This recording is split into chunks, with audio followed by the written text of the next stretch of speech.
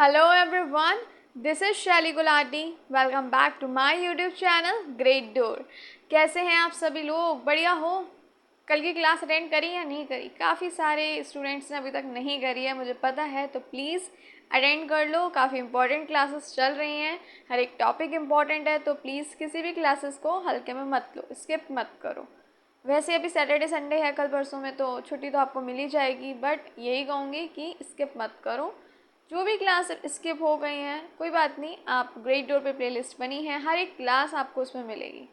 और अगर किसी क्लास में कोई कन्फ्यूज़न डाउट हो तो आपको पता ही है, आपको उसी टाइम कमेंट बॉक्स में पूछना है और कोशिश करूँगी जल्दी से आपकी सारी कन्फ्यूज़न मैं दूर कर सकूँ.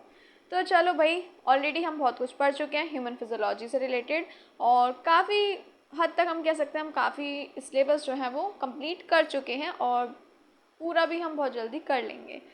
ह्यूमन फिजियोलॉजी में हम ऑलरेडी काफ़ी कुछ पढ़ चुके हैं, टूथ, फेरनेक्स, लैरिंक्स और भी काफ़ी कुछ हम पढ़ चुके हैं.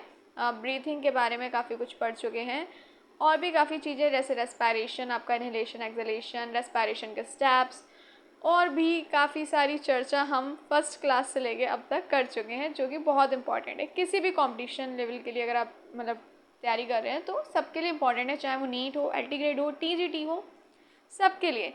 तो चलो क्लास अटेंड कर लेना, फिर से कह रही हूँ, और देखते हैं आज हमें क्या पढ़ना है. तो आज हम सबसे पहले तो मैं आपको बताऊँ बात करेंगे एक्सचेंज ऑफ गैसेस के बारे में, और उससे पहले हम अभी पढ़ेंगे रेस्पिरेटरी वॉल्यूम्स एंड कैपेसिटीज़. ये होता क्या है?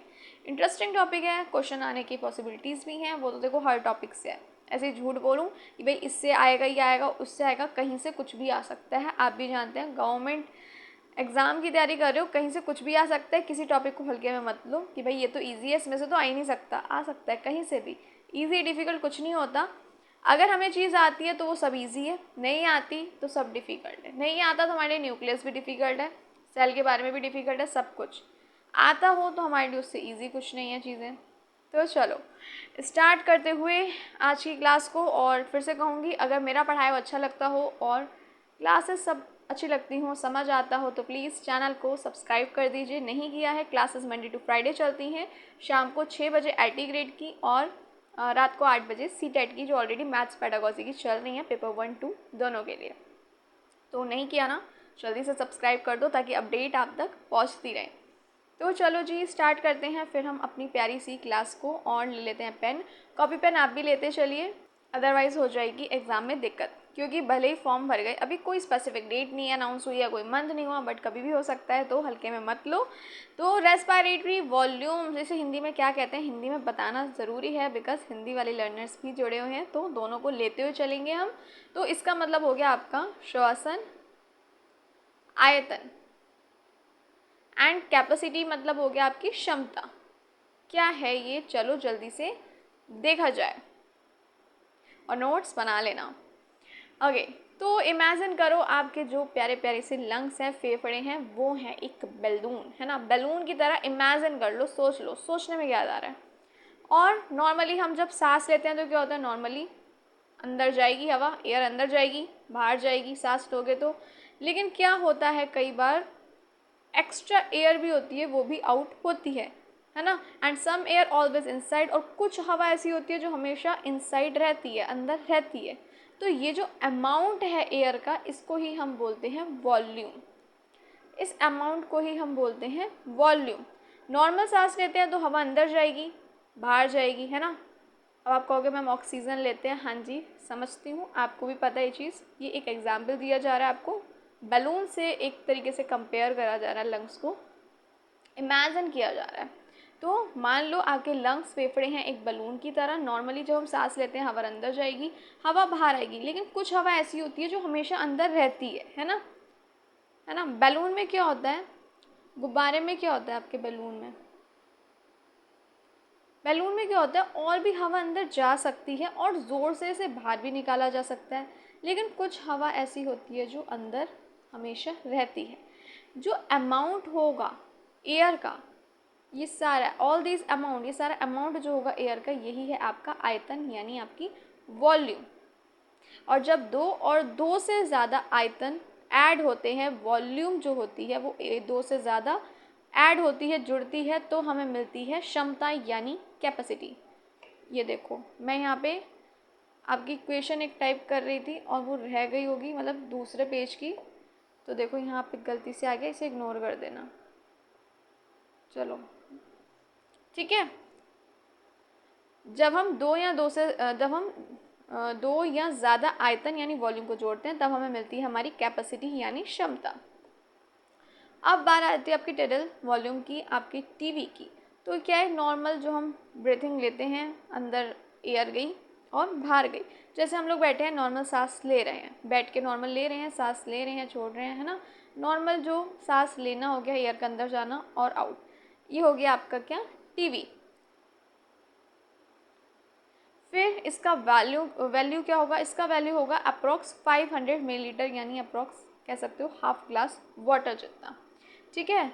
जैसे आप बैठे बैठे सामान्य सांस लेते हैं, वो हो गया आपका क्या, टीवी। ठीक है, सामान्य शांति से सांस लेना और छोड़ना, वो हो गया आपका टीवी। देन आ जाता है आपका इंस्पायरेटरी रिजर्व वॉल्यूम, जो हो गया आपका IRV। After a normal breath in, if you take a deepest possible breath in, that extra air is equal to क्या, क्या है ये, IRV। चलो यहाँ पे लिखती हूँ, सिंपल, वैसे तो लिखने से बेटर मैं आपको ये चीज़ बता देती हूँ।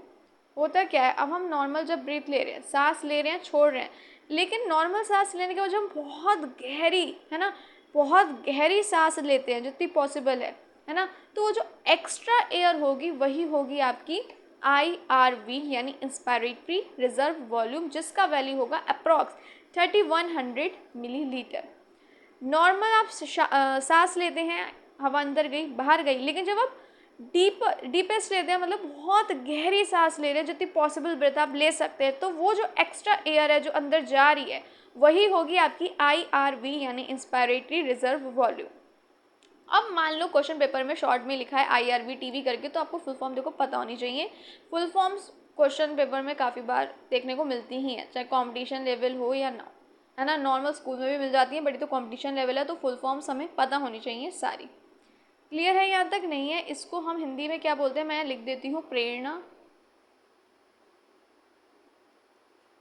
प्रेरणा आरक्षित आयतन।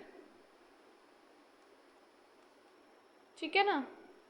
और लास्ट वाले टीवी को भी बता देती हूँ, इसको हम क्या बोलते हैं, इसको हम बोलते हैं ज्वारीय आयतन। हिंदी वालों नोट करना है तो नोट कर लो, जल्दी से नोट्स बनाते चलिए।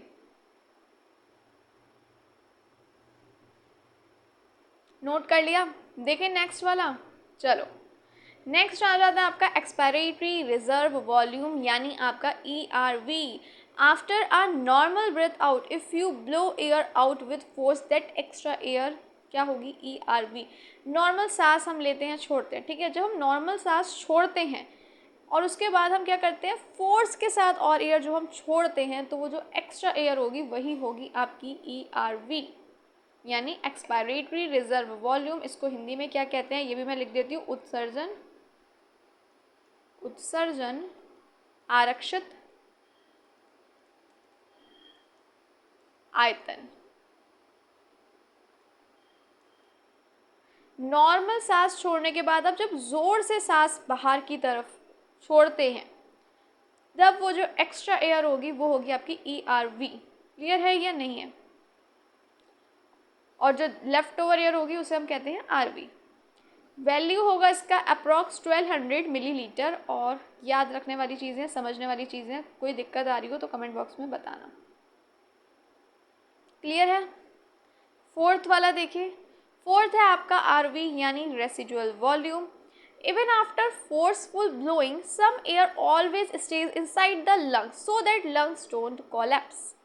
क्या होता है ना, कई बार हम जब जोर से भी सांस बाहर मतलब छोड़ते हैं, है ना, एयर आउट होती है, तब भी क्या होता है, कुछ हवा जो होती है वो लंग्स में हमेशा रहती है, ताकि जो लंग्स है उनके बीच कोलैप्स ना हो जाए, ताकि फेफड़े जो है वो सिकुड़े नहीं।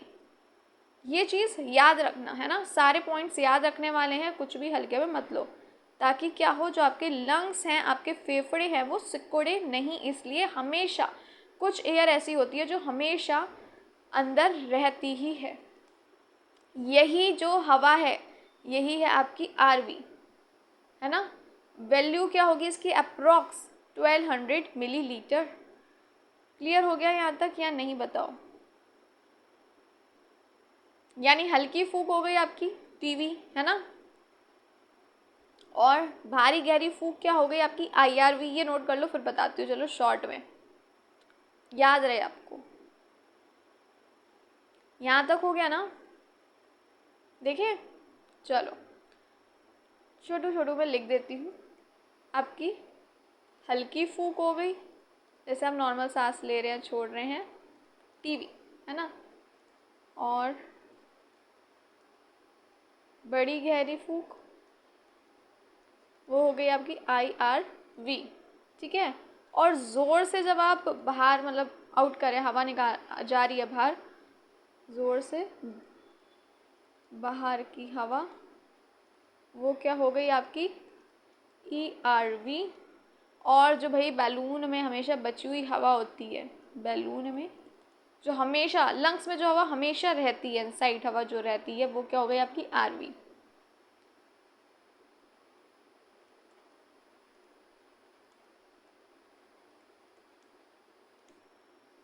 इफ़ यू वांट तो आप नोट कर सकते हैं। बताइए, एनी कंफ्यूजन। देखें आगे, चलो अब बारी आ जाती है आपकी पल्मोनरी कैपेसिटीज़ की। कॉम्बिनेशन है भाई, 2 और मोर वॉल्यूम ऐड करते हैं जब, तो सबसे पहले इसमें आ जाता है आपका प्रेरणा क्षमता, आपका इंस्पायरेटरी कैपेसिटी। इसमें क्या होगा, TV plus IRV। How much you breathe in totally after a normal exhale. ये क्या हुआ, कुछ इरेज तो नहीं हुआ, नहीं हुआ। प्रेरणा क्षमता कहते हैं इसको हम, इंस्पायरेटरी कैपेसिटी को। आपका IC, TV प्लस क्या होगा IRV, यानी सामान्य सांस छोड़ने के बाद, सामान्य सांस छोड़ने के बाद आप जितनी गहरी सांस अंदर ले सकते हैं वही है आपका क्या, इंस्पायरेटरी कैपेसिटी। यानी TV प्लस IVR, छोड़ने के बाद आप जितनी गहरी सांस अंदर ले सकते हैं। नोट्स बनाते चलिएगा प्लीज़, अदरवाइज़ आपको प्रॉब्लम हो सकती है एग्ज़ाम टाइम में। और इसका मान क्या होगा, यानी इसका वैल्यू क्या होगा, तो वैल्यू होगा अप्रॉक्स 3600 मिलीलीटर। इंस्पायरेटरी कैपेसिटी यानी प्रेरणा क्षमता, TV प्लस IRV। याद रखना, how much you breathe in totally after a normal exhale, यानी सामान्य एक्सेल मतलब होता है जब आउट हो रही है आपकी एयर, है ना।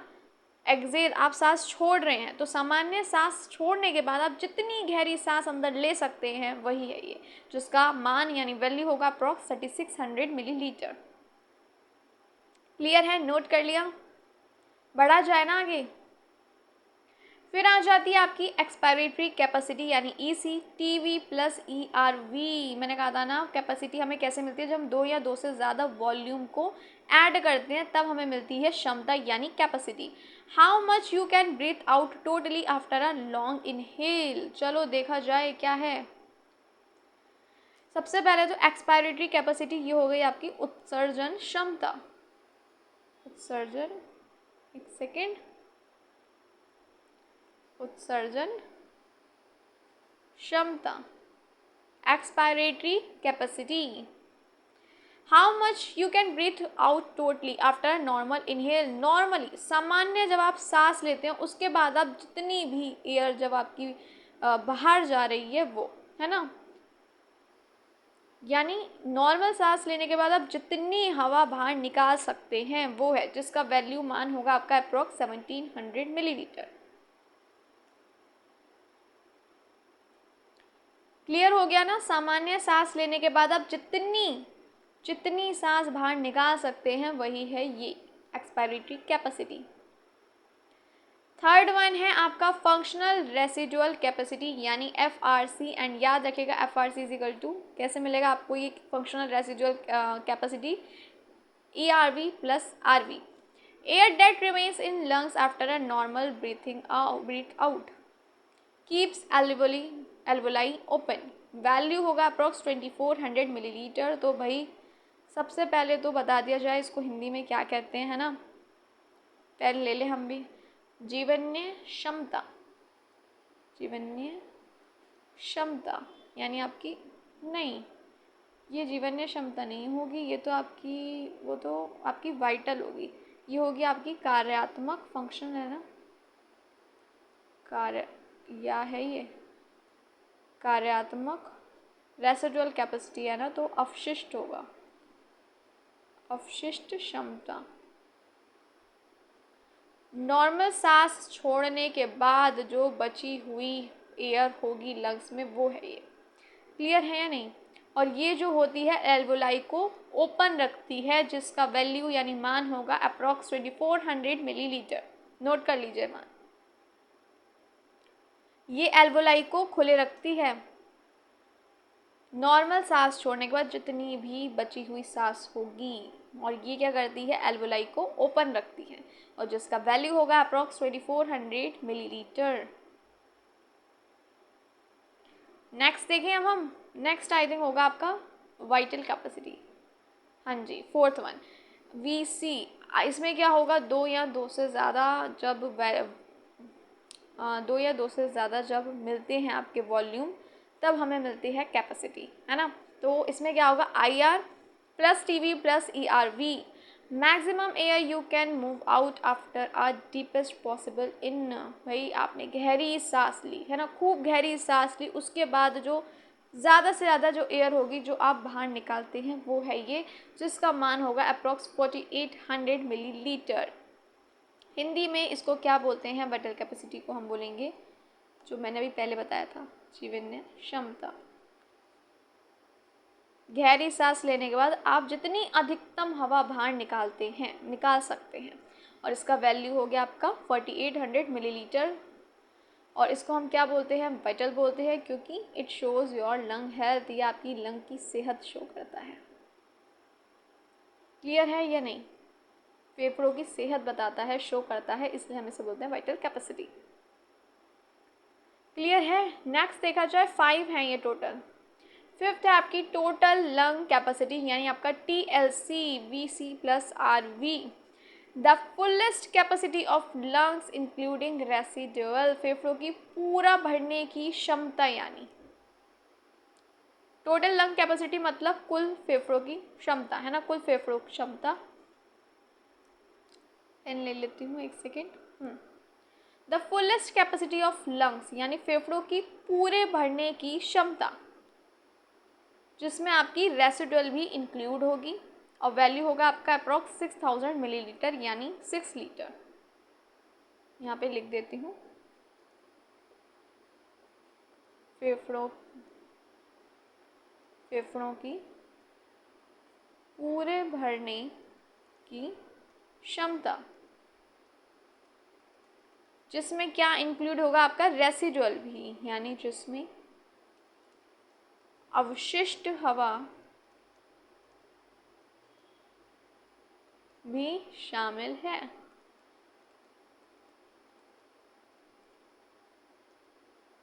और मान होगा इसका कितना, अप्रॉक्स 6000 मिलीलीटर यानी आपका 6 लीटर होगा। बताएं अब, क्लियर हो गया? क्लास अच्छी लग रही हो तो प्लीज़ लाइक कर दीजिएगा, ज़्यादा से ज़्यादा शेयर करिए। स्टार्टिंग फेज़ है तो ज़्यादातर स्टूडेंट के पास क्लासेस नहीं पहुंच पा रही हैं, तो प्लीज़ सपोर्ट, एंड अच्छी लगती हो क्लास तो please like share and subscribe. चलिए जी आगे बढ़ते हैं। अब बारी आ जाती है आपकी एक्सचेंज ऑफ गैसेस की। ह्यूमन्स में हम देखते हैं आदान प्रदान जो होता है गैसों का, अब हम करेंगे उसकी बात। ऑलरेडी प्रीवियस क्लासेस में हम इसके बारे में काफ़ी कुछ पढ़ चुके हैं कि ऑक्सीजन अंदर जाती है, कार्बन डाइऑक्साइड बाहर जा रही है। तो चलो इसको हम देख लेते हैं। गैसों का आदान प्रदान हिंदी में बोलेंगे, और मुझे नहीं लगता इसे लिखने की ज़रूरत है आदान प्रदान, क्योंकि ये ऑलरेडी हम बहुत क्लासेस से ऑलरेडी पढ़ चुके हैं कि एक्सचेंज ऑफ गैसेस का मतलब हो गया गैसों का आदान प्रदान।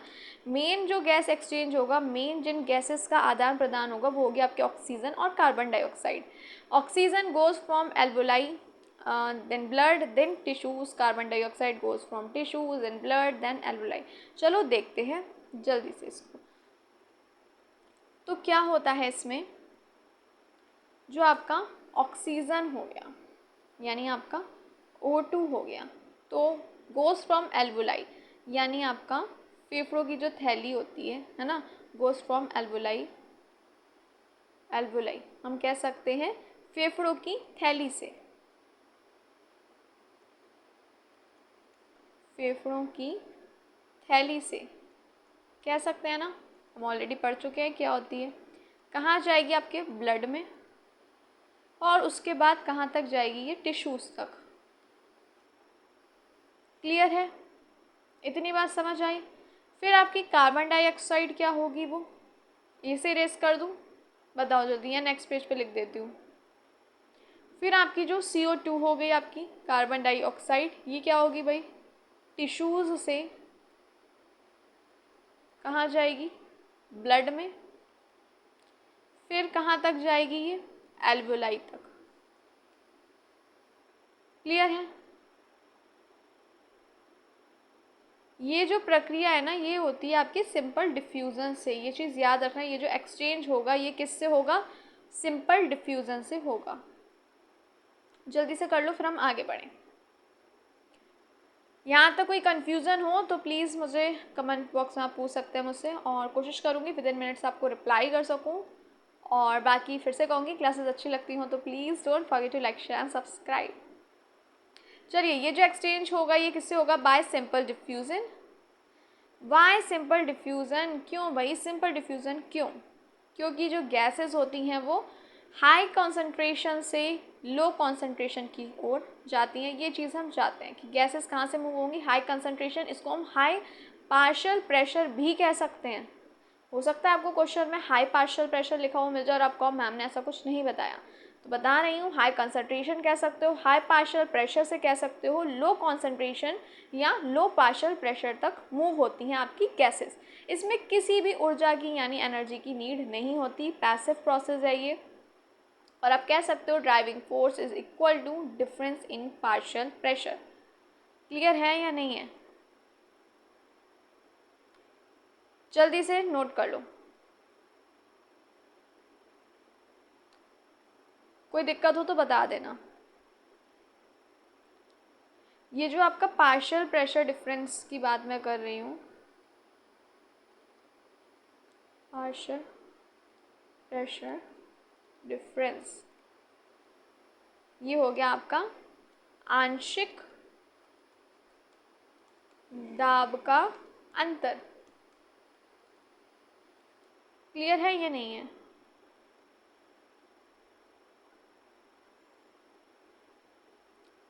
यहाँ तक क्लियर है, आगे बढ़ा जाए। चलो, अब भाई पार्शियल प्रेशर होता क्या है, देखो, each gas in a mixture exerts its own pressure, वही है पार्शियल प्रेशर। हर गैस का जो भी ये मिक्सचर होता है उनका अपना एक प्रेशर होता है, एक्सर्ट्स इट्स ओन प्रेशर। ठीक है ना, यहाँ पे लिख देती हूँ, किसी भी मिक्सचर यानी मिक्सचर, आपका मिक्सचर बोलेंगे इसे, इसमें क्या होता है, हर गैस अपना अपना दबाव डालती है,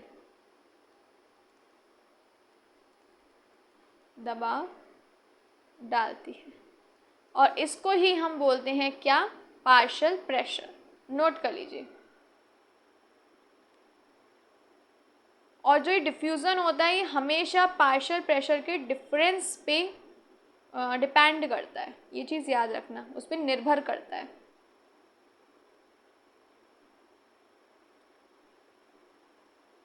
क्लियर है या नहीं, बताओ, बढ़ा जाए। ये है partial pressure in different places, अलग अलग प्लेस पे पार्शियल प्रेशर क्या होगा, ये अप्रॉक्स वैल्यूज़ हैं, पहले ही बोला जा रहा है आपको। जैसे एल्वोलाई में ये PO2 क्या हो गया, पार्शियल मिक्स, उसका मैं यहाँ पे लिख भी देती हूँ, पेन कहाँ गया, पार्शियल प्रेशर ऑफ ऑक्सीजन हो गया आपका ये PO2, partial pressure of oxygen, same आपका PCO2, CO की बात हो रही है, CO2 होगा यहाँ पे, है ना, करेक्ट कर लेना आप लोग, ये होगा आपका POCO2। तो उसमें क्या होगा, ये हो गया partial pressure of carbon dioxide, clear है। तो एल्वोलाई का क्या होगा, पार्शियल प्रेशर ऑफ ऑक्सीजन, तो वो होगा 104, और partial pressure of carbon dioxide होगा आपका 40। ऑक्सीजनरेटेड ब्लड में यानी आपके पल्मोनरी वेन में कितना होगा, 95 होगा आपका PO2, और PCO2 होगा आपका 40। डीऑक्सीजनेटेड ब्लड में यानी आपके पल्मोनरी आर्टरी में 40 होगा आपका पार्शियल प्रेशर ऑफ ऑक्सीजन, और पार्शियल प्रेशर ऑफ CO2 होगा आपका 45, और टिश्यूज़ में होगा आपका 40, और इसमें होगा आपका 45। क्लियर है यहाँ तक या नहीं, ये बताओ। एक्चुअली ना एक चीज़ मैं आपको करेक्ट कराऊँ, यहाँ पे एक चीज़ करेक्ट की ज़रूरत है। 40 से जो है ना वो क्या होगा, कम होगा, और यहाँ पे क्या होगा 45 से ज़्यादा। क्लियर है या नहीं बताओ, यहाँ पे कम होगा और यहाँ पे ज़्यादा। करेक्ट कर लेना, वो टाइपिंग में रह गया, मिस हो गया।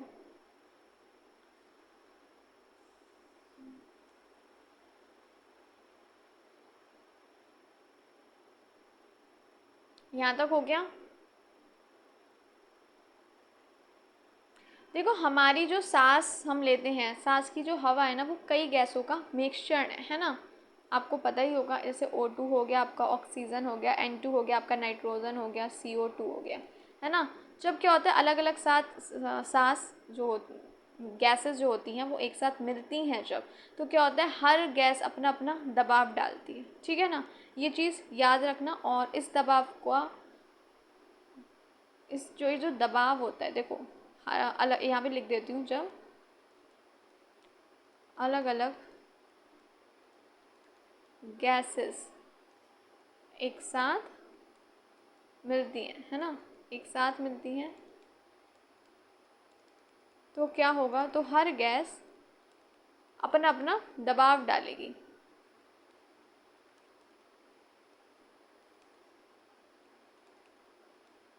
दबाव डालती है।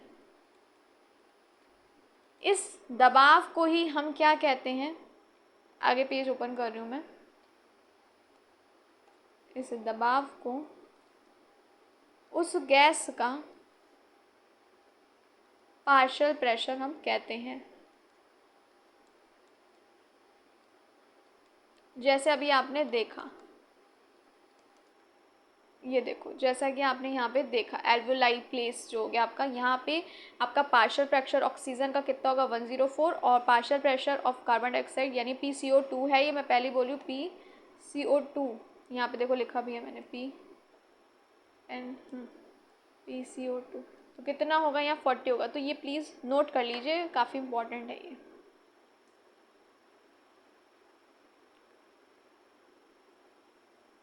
कोई कन्फ्यूज़न हो तो बता दीजिएगा।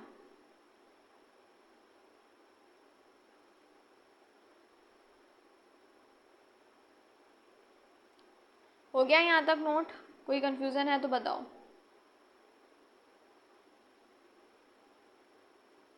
O2 डिफ्यूजेस एल्वोलाई, देन उससे ब्लड में जाएगी, देन उससे टिश्यूज़ में जाएगी, और CO2 डिफ्यूजेस होकर diffuses tissue, then blood, then alveoli. ये चीज़ें आप प्लीज़ नोट कर लीजिएगा।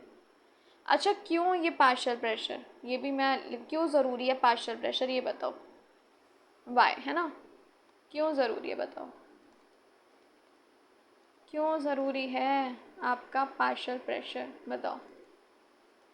पार्शियल प्रेशर क्यों ज़रूरी है, बताओ, क्यों ज़रूरी है आपका पार्शियल प्रेशर, बताइए, बताइए, बताइए क्यों ज़रूरी है। देखो ये चीज़ हम जानते हैं, जो गैस होगी वो हाई से लो की साइड जाती है ना। हम सिंपली कह सकते हैं जो गैसेस होती हैं आपकी, उच्च पार्शियल प्रेशर से निम्न पार्शियल प्रेशर की ओर चलती हैं, है ना। ये चीज़ हम बहुत अच्छे से जानते हैं। यही कारण है भाई, यही कारण है। तो यहाँ पे लिख देते हैं यही कारण है, यही भाई रीज़न है कि ऑक्सीजन एल्वोलाई से ब्लड में जाती है, यानी आपके रक्त में जाती है।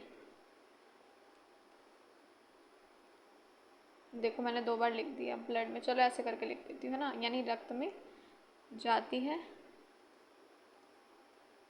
और CO2 आपकी कार्बन डाइऑक्साइड ब्लड से किसमें, एल्वोलाई में जाती है। क्लियर है? जल्दी से नोट कर लो।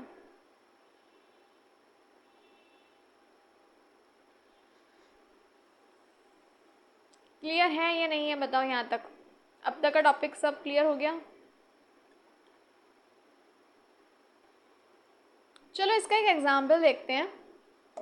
इमेजिन करो आपके पास ना रूम में 10 बैलून्स हैं, ठीक है। 10 बैलून्स हैं, 10 गुब्बारे हैं भाई, है ना, 10 गुब्बारे हैं। 7 हो गया आपका नाइट्रोजन, है ना, 7 में नाइट्रोजन है आपका N2, है ना। 2 में क्या है, ऑक्सीजन यानी आपका O2, और 1 में क्या है, CO2 यानी कार्बन डाइऑक्साइड। सब मिलकर क्या कर रहे हैं, कमरे की दीवारों पे डाल रहे हैं अब दबाव। कमरे की दीवारों पे क्या डाल रहे हैं, दबाव डाल रहे हैं। लेकिन हर गैस का अपना अपना दबाव होगा, है ना, हर गैस का अपना दबाव होगा। वो हो गया क्या, पार्शियल प्रेशर। जैसे नाइट्रोजन का हो गया तो हम कैसे लिखेंगे, PN2 हो गया आपका, ऑक्सीजन का PO2 हो गया दबाव, और कार्बन डाइऑक्साइड PCO2 हो गया। क्लियर है यहाँ तक? बताओ बढ़ा जाए। अब बारी आ जाती है आपकी डिफ्यूज़न मेम्ब्रेन की, द बैरियर फॉर एक्सचेंज। क्या है ये डिफ्यूज़न मेम्ब्रेन? चलो देखें। Gas exchange occurs through a thin membrane between alveoli and blood. जो गैस एक्सचेंज हो रहा है वो कैसे हो रहा है, एक थिन मेम्ब्रेन के थ्रू हो रहा है, जो कहाँ होती है, एल्वोलाई और ब्लड के बीच में होती है। गैसों का आदान प्रदान जो हो रहा है वो एक पतली झिल्ली से होता है, और एल्वोलाई और रक्त यानी ब्लड के ये बीच में होती है। 3 लेयर्स होती हैं इसकी, मेजर लेयर्स जो होंगी, मुख्य 3 परत होंगी। फर्स्ट आपके स्क्वेमस एपिथेलियम ऑफ एल्वोलाई, बहुत थिन होगी, very thin cell lining alveoli, पतली परत वाली कोशिकाएं। देन आ जाता है आपका endothelium of capillary, thin lining of blood capillaries. इसमें क्या होता है, थिन लाइनिंग होती है, यानी रक्त कोशियों की परत होती है। यहाँ पे लिख देती हूँ, क्या होगी, रक्त कोशिकाओं की परत थिन होगी, लेकिन, है ना, याद रखना। देन आ जाता है आपका बेसमेंट मेम्ब्रेन। इसमें क्या होगा, fuse between alveolar epithelium and capillary endothelium. मतलब क्या हुआ, इसे कर देती हूँ मैं पहले तो इरेज कर दूँ। चलो अब इसको देखते हैं। इसमें क्या होगा, दोनों की संयुक्त झिल्ली होगी, संयुक्त मेम्ब्रेन होगी। दोनों की बेस मेम्ब्रेन क्या हो गई, दोनों की संयुक्त झिल्ली। क्लियर है या नहीं है? इसकी मोटाई क्या होगी, टोटल थिकनेस क्या होगी, वो होगी अप्रॉक्स 0.5 माइक्रोमीटर। सुपर थिन होगी टू अलाउ फास्ट डिफ्यूज़न, बहुत ही यानी पतली होती है, इसलिए गैस जो होती हैं वो जल्दी गुजर जाती हैं, डिफ्यूज़न जो होगा वो फास्ट होगा। क्लियर है ना यहाँ तक? बढ़े आगे, चलो अब बारी आ जाती है factors affecting gas exchange. Gas के जो एक्सचेंज हो गया, गैस आदान प्रदान को प्रभावित करने वाले फैक्टर्स यानी कारण क्या होंगे। सबसे पहले आ जाता है आपका प्रेशर ग्रेडियंट, है ना। क्या है ये, bigger the difference in partial pressure faster the diffusion. जितना ज़्यादा डिफरेंस होगा पार्शियल प्रेशर में उतना ही फास्ट होगा डिफ्यूज़न। यानी जितना ज़्यादा क्या होगा, अंतर जितना ज़्यादा, अंतर यानी डिफरेंस जितना ज़्यादा, डिफ्यूज़न भी उतना ही क्या होगा, फास्टर होगा, उतना तेज़ होगा। Then solubility of gas CO2 is 20 times more soluble in water than O2। जो आपका कार्बन डाइऑक्साइड होगा वो 20 गुना ज़्यादा सॉल्यूबल होगा, घुलनशील होगा पानी में O2 से, यानी ऑक्सीजन से। That's why even with a smaller pressure difference CO2 diffuses faster. इसी की वजह से स्मॉल प्रेशर डिफरेंस जो भी भले ही क्यों ना, छोटा सा ही प्रेशर डिफरेंस क्यों ना हो, जो CO2 होगा वो डिफ्यूज़ होगा, वो तेज़ी से होता है, क्योंकि CO2 जो होता है वो 20 गुना ज़्यादा सॉल्यूबल होता है पानी में O2 से। क्लियर है या नहीं है। इसलिए CO2 जो होता है वो तेज़ी से फैलता है, डिफ्यूज़ होता है तेज़ी से। नेक्स्ट आ जाता है thickness of diffusion membrane. Normal होगी, वेरी थिन होगी, यहाँ पे कितनी होगी 0.5 माइक्रोमीटर। अगर नॉर्मल होगी, पतली होगी तो कितनी होगी 0.5 माइक्रोमीटर। और अगर क्या होगी, थिकनेस कैसी होगी, ज़्यादा होगी, है ना। मोटी हो जाए, जैसे निमोनिया हो गया फाइब्रोसिस में, तो डिफ्यूज़न जो होगा वो कम होगा। क्लियर है या नहीं है। डिफ्यूज़न धीमा हो जाएगा अगर थिकनेस ज़्यादा होगी। फिर बात करें अगर हम सरफेस एरिया ऑफ एल्वोलाई, तो lungs have approx 70 metre square surface area. तो लंग्स के पास approx 70 metre square surface area होता है, जैसे समझ लो एक का टेनिस एक्सचेंज, है ना। क्लियर है यहाँ तक या नहीं है। पेन ले लेती हूँ, और आप भी प्लीज़ नोट्स बनाते चलो, और क्लास अच्छी लगे तो please don't forget to like share and subscribe. Lungs के कितना होगा, approx 70 metre square surface area होगा। और अगर क्या हो, सतह जो है वो कम हो जाए, यहाँ लिख देती हूँ, अगर सतह यानी सरफेस जो होगा कम हो जाए,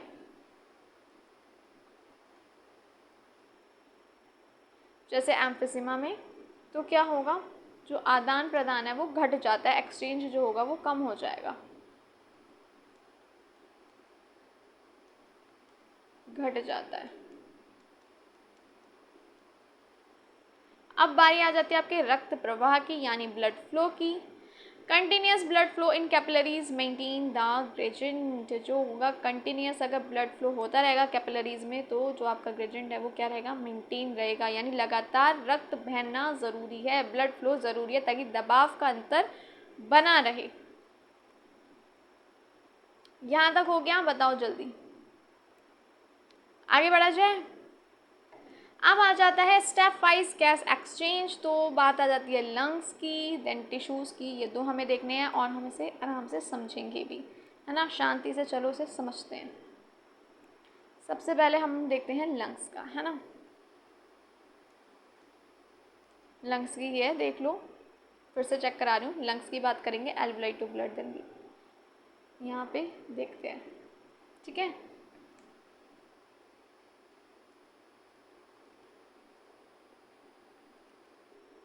क्या होता है, चलो पहले पेन ले लूँ, रुक जाओ।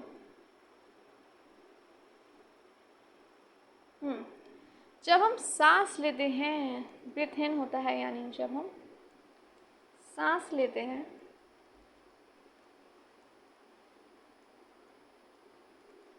तो क्या होता है, हवा जो होगी, हवा जो होगी वो एल्वोलाई यानी छोटी छोटी थैली जैसे ढांचे होते हैं, ये है ना, स्ट्रक्चर होता है। यहाँ लिख देती हूँ, छोटी छोटी थैली जैसे ढांचे, है ना, ये में पहुँचती है हवा जो होती है, एल्वोलाई में पहुँचती है।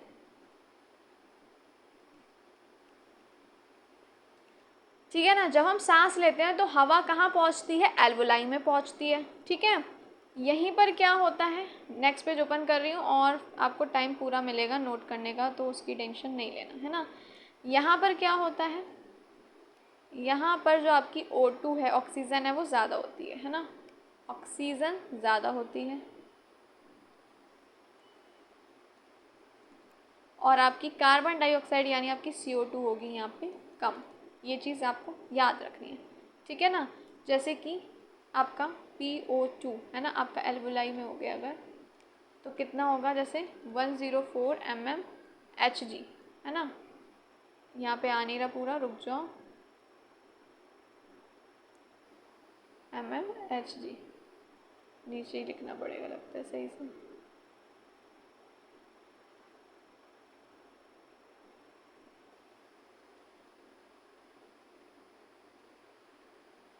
ये M है ना।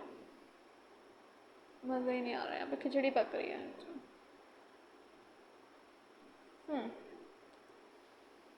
PO2 एल्वुलाई में हो गया आपका कितना, इज इक्वल टू 104 mmHg है ना। और PO2 कहाँ, डीऑक्सीजनेटेड ब्लड में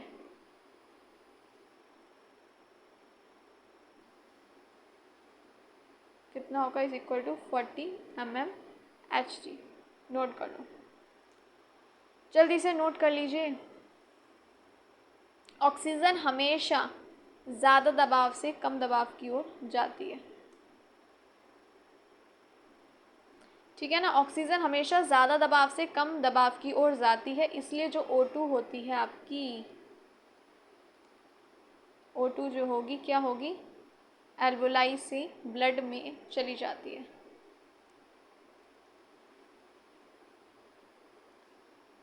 ब्लड आप कह सकते हो पल्मोनरी, कैपिलरी है ना।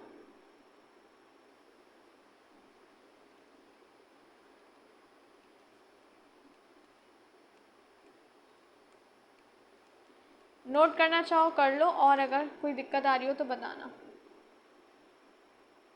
और अगर यही हम CO2 की बात करें, है ना, अगर यही बात हम किसकी करें, हम CO2 की बात करें, तो partial pressure of CO2 blood में कितना होगा आपका, 45 mmHg है ना, ये M है। और पार्शियल प्रेशर ऑफ CO2 किस में, एल्वुलाई में होगा कितना आपका, 40 mmHg। क्लियर है, बताओ, क्लियर है। नेक्स्ट क्या था हमारा, वो भी देख लेते हैं। नेक्स्ट टिश्यूज़ की था, एट टिश्यूज़ है ना। अब चलो ये देख लेते हैं।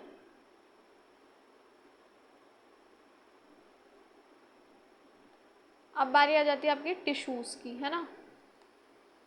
टिश्यूज़ क्या मेंशन किया था हमने, blood to body cells.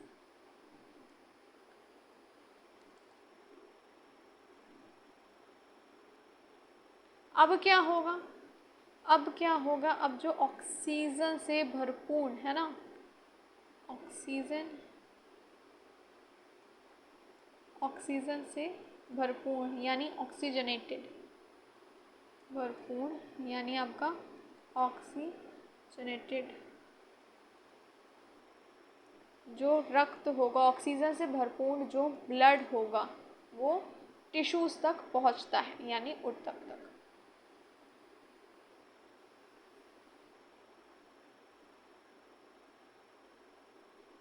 Tissues तक पहुंचता है, यानी आपके ऊतकों तक पहुंचता है।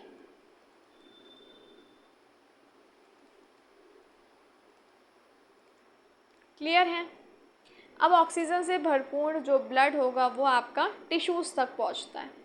देन क्या होगा, आपके जो टिश्यूज़ होंगे, यानी आपके जो ऊतकों में क्या होगा, टिश्यूज़ में लगातार इस्तेमाल हो रही, टिश्यूज़ में लगातार ऑक्सीजन जो होगी वो इस्तेमाल हो रही है। टिश्यूज़ में लगातार आपकी जो ऑक्सीजन है वो यूज़ हो रही है, इस्तेमाल हो रही है,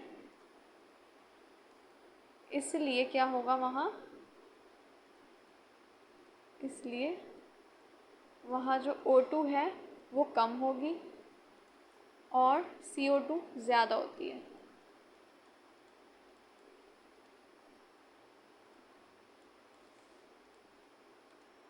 क्या होगा अब इसमें, यानी ये नोट कर लिया, बताओ पहले कर लिया। देखें, यानी आपकी जो इसमें प्रेशर होगा ऑक्सीजन का ब्लड में, कितना हो गया 95 mmHg। अब पार्शियल प्रेशर ऑक्सीजन का टिश्यूज़ में कितना हो गया 40 mmHg, यानी 40 से कम हो गया। ठीक है ना, यहाँ तक नोट कर लिया। यानी आपकी जो ऑक्सीजन है कहाँ जाती है, आपके टिश्यूज़ में। ऑक्सीजन ब्लड से कहाँ जाएगी, ब्लड से टिश्यूज़ में चली जाती है।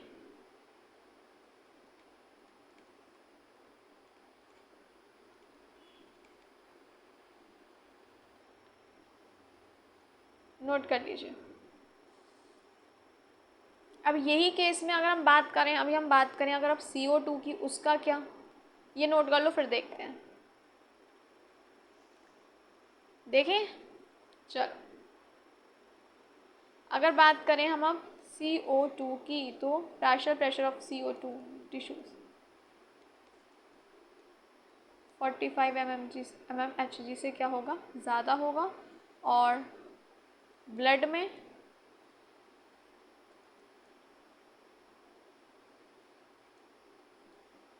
क्या होगा 40 mmHg। क्लियर है यहाँ तक या नहीं है, बताओ। यहाँ तक क्लियर है, नोट कर लो। कार्बन डाइऑक्साइड अब क्या होता है, टिश्यूज से चली जाती है ब्लड में। ठीक है ना, आपकी जो CO2 है टिश्यूज से कहाँ जाएगी, अब ब्लड में। क्लियर है या नहीं है। फिर क्या होगा, फिर यह CO2 लंग्स तक ले जाई जाती है,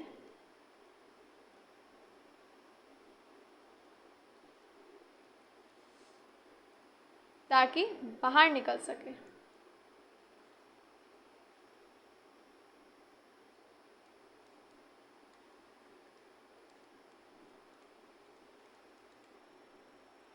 क्लियर है यहाँ तक, नोट कर लीजिए जल्दी से। और अगर अच्छा लगा हो, आज की क्लास अच्छी लगी हो, तो प्लीज़ लाइक शेयर सब्सक्राइब कर दीजिएगा।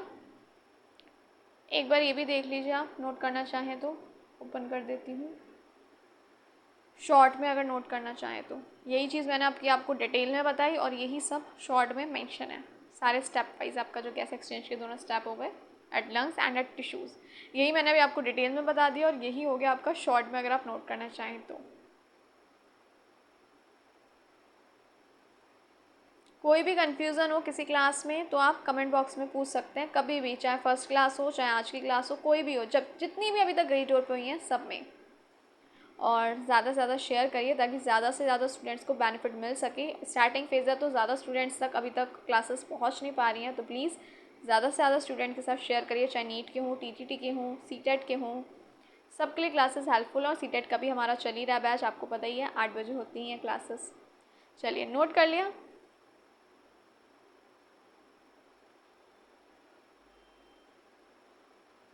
चलिए, आज की क्लास फिर यहीं तक थी, यहीं समाप्त होती है। मिलती हूँ आपसे अब मंडे को, क्योंकि सैटरडे संडे है ऑफ, लेकिन आपकी कोई छुट्टी नहीं है, क्योंकि आपको जो क्लास स्किप हुई हैं वो अटेंड करनी है, ज़रूरी है। और प्लीज़ अटेंड कर लीजिएगा, प्लेलिस्ट में सारी क्लासेस ऐड हैं, तो प्लीज़ जल्दी से जाइएगा, क्लास अटेंड करिएगा। मिलती हूँ आपसे फिर मैं मंडे को, वही शाम को 6 बजे। तब तक के लिए bye bye, take care of yourself and your family. Thank you for watching.